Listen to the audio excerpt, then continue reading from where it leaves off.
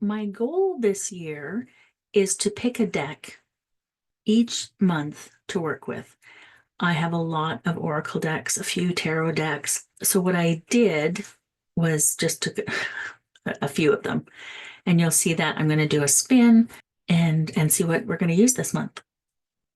All right, let's do it. I've added a bunch of my oracle decks to this wheel of names, which I love. I love using this. I haven't added all of them. I just took a snapshot of my shelf and all the ones that were at the front. There's 31 on here, well, including a couple of tarot decks, which I wasn't going to add, but I decided to. And I'm going to pick one a month and use that deck every day. So let's give it a spin and see what our January deck is.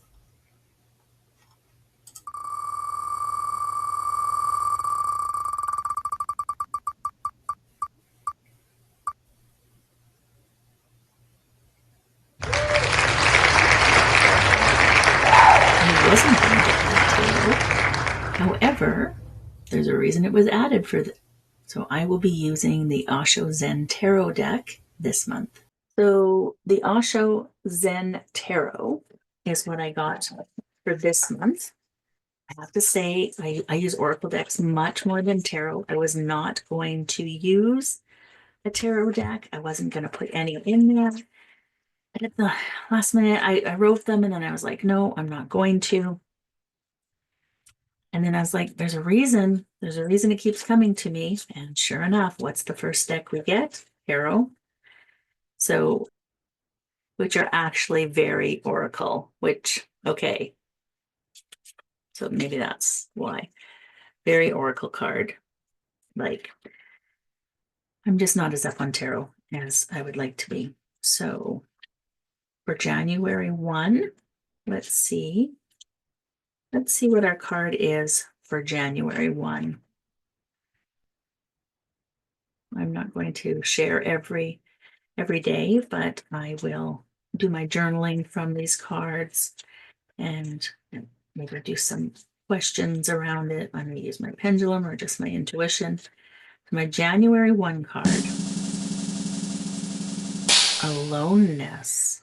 So that's interesting. Aloneness, which looks very much like the Hermit, which is where the tarot part may come in. Aloneness. And the first thing that popped in, because I like to use my intuition first before going to the book, the first thing that popped in for me was this idea that I this year to expand in connection and be more out in the world. And interesting, the very first day I get aloneness. So let's see what the book said, because what came to me from that was, is that what I think I should do, or is that what I should do? Right? Because connection is so important, but I have really great online connections. Do I need to physically be in the world to keep those connections or build new connections? Interesting. I will do some journaling on that, but let's see what it says about aloneness. I have to figure out how this one works because it is. Okay, there we go.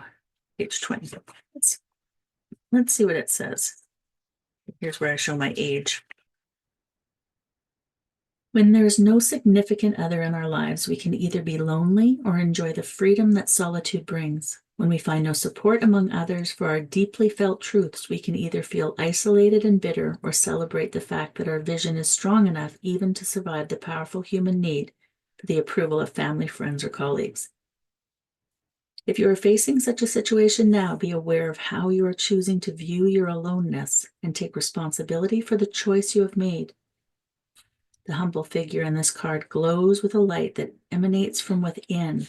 One of Gautama Buddha's most significant contributions to the spiritual life of humankind was to insist to his disciples, be a light unto yourself. Ultimately, each of us must develop within ourselves the capacity to make our way through the darkness without any companions, maps, or guides. Intuition. Oh, that's such an important part. When you are alone, you are not alone. You are simply lonely. And there is a tremendous difference between loneliness and aloneness. When you are lonely, you are thinking of the other. You are missing the other. Loneliness is a negative state. You are feeling that it would have been better if the other was there. Your friend, your wife, your mother, your beloved, your husband. It would have been good if the other was there, but the other is not. Loneliness is absence of the other. Aloneness is the presence of oneself. Aloneness is very positive. It is a presence overflowing presence. You are so full of presence that you can fill the whole universe with your presence, and there is no need for anybody. That's interesting for me in the thoughts that I've had around what does it mean to be alone. I have community. I have a lot of community. I have important community that I stay connected to.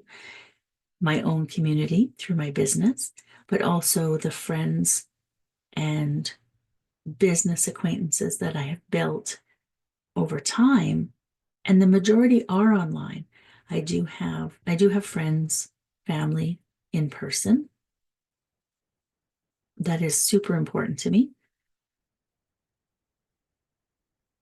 But do I need to be out making more friends, making more personal connections physically? I don't know. So that's today's journaling question for me. That's what I got from that card. All right. So each month I'm going to spin the wheel, see what deck I'm using. And I may share some of my insights throughout the month. We'll see what happens.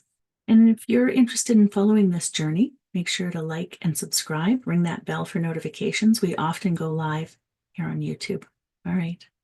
I'm Larissa Russell of Heart Centered Academy. Bye for now. From the heart we rise, shining in the virtual skies, with dreams that touch the